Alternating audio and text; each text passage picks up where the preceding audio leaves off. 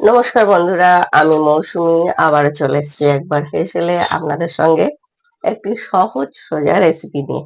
একটা dessert recipe, যেটা আমাদের তো রাত্রিবেলা মিষ্টি না হলেই হয় না।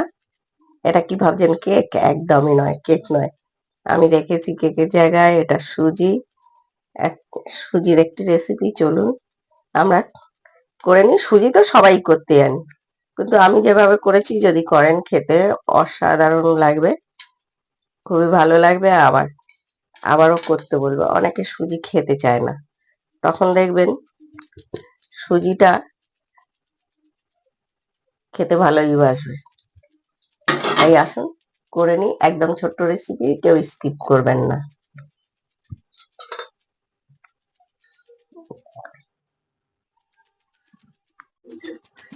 চলে এলাম এটা বসিয়ে দিয়েছি আমরা ফ্রাই প্যান, আর তাতে নিয়ে নেব 1 কাপ সুজি।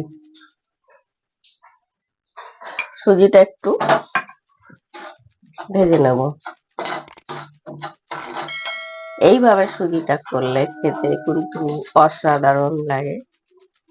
আর এবার দিয়ে দেবো কিছুটা ঘি। সুজিটা ফ্রাই প্যানে দিয়েই ঘিটা দিয়ে দেবো, আগে থেকে দিইনি। একদম ধরুন আন্দাজে 2 চামচ মতো ঘি দিয়েছি।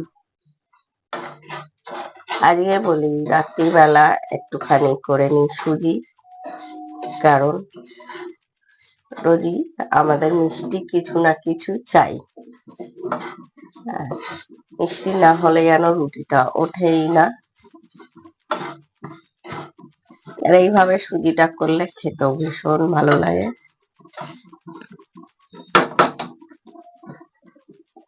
আর নিয়ে নিয়েছি আমি, দেখুন, কাজু, কিশমিশ, একটুখানি কাঠবাদাম ছিল। আর একদিকে কাজু কুচি নিয়েছি, কিশমিশ কুচি নিয়েছি, এদিকে গোটা রেখেছি। বেশ সুজিটা ভাজা ভাজা হয়ে গেছে।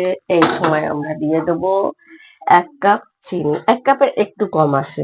মিষ্টিটা যেরকম খাবেন সেরকম কম বেশি করে দিতে পারেন আপনারা, যেরকম মিষ্টি হবে। একটু সুজিতে মনে হয় মিষ্টি ভাবটা বেশি হলেই ভালো লাগে, তাই না? যার জন্য আর দিয়ে দেবো, এই যে নিয়েছি 2 চামচ গুঁড়ো দুধ।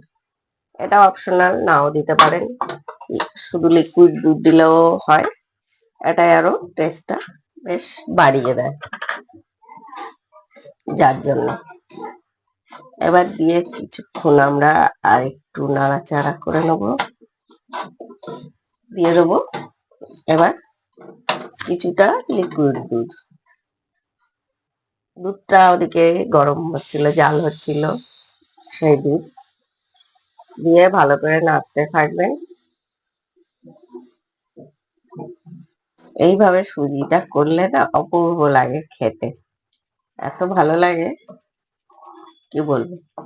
রুটি দিয়ে খান বা পরোটা দিয়ে খান, খুবই ভালো লাগে।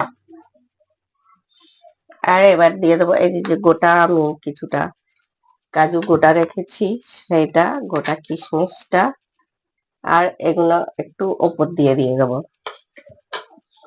ওপর দিয়ে দিলে বেশ দেখতে জিনিসটা সুন্দর হয়, যার জন্য।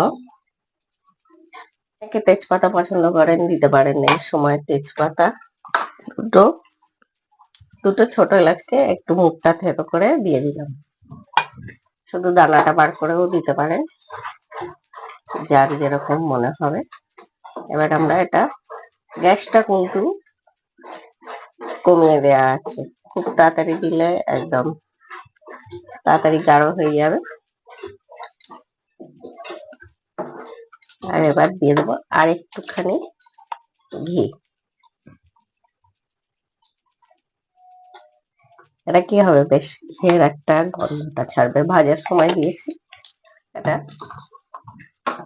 দিয়ে দিলাম। সুন্দর একটা বেশ ঘি আর ছোট এলাচ দিয়ে এত সুন্দর একটা গন্ধ হয়, যার জন্য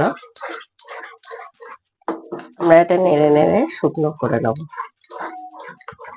যখন দেখবেন ফ্রাই প্যান দিয়ে দেখুন কেরম ছেড়ে যাচ্ছে, তখন বুঝতে হবে হয়ে গেছে। কারণ সুজি এমনিতেই বড্ড শুকনো হয়ে যায়, আরো পরে আরো টেনে নেবে।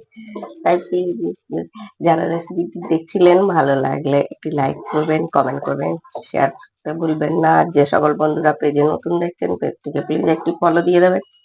আর ইউটিউবে দেখলে চ্যানেলটা সাবস্ক্রাইব করে দেবেন। পাশে থাকা বেল আইকনটা ক্লিক করতে একদমই ভুলবেন না, যাতে আমার ভিডিও এলে আপনাদের কাছে নোটিফিকেশন সবার আগে যায়।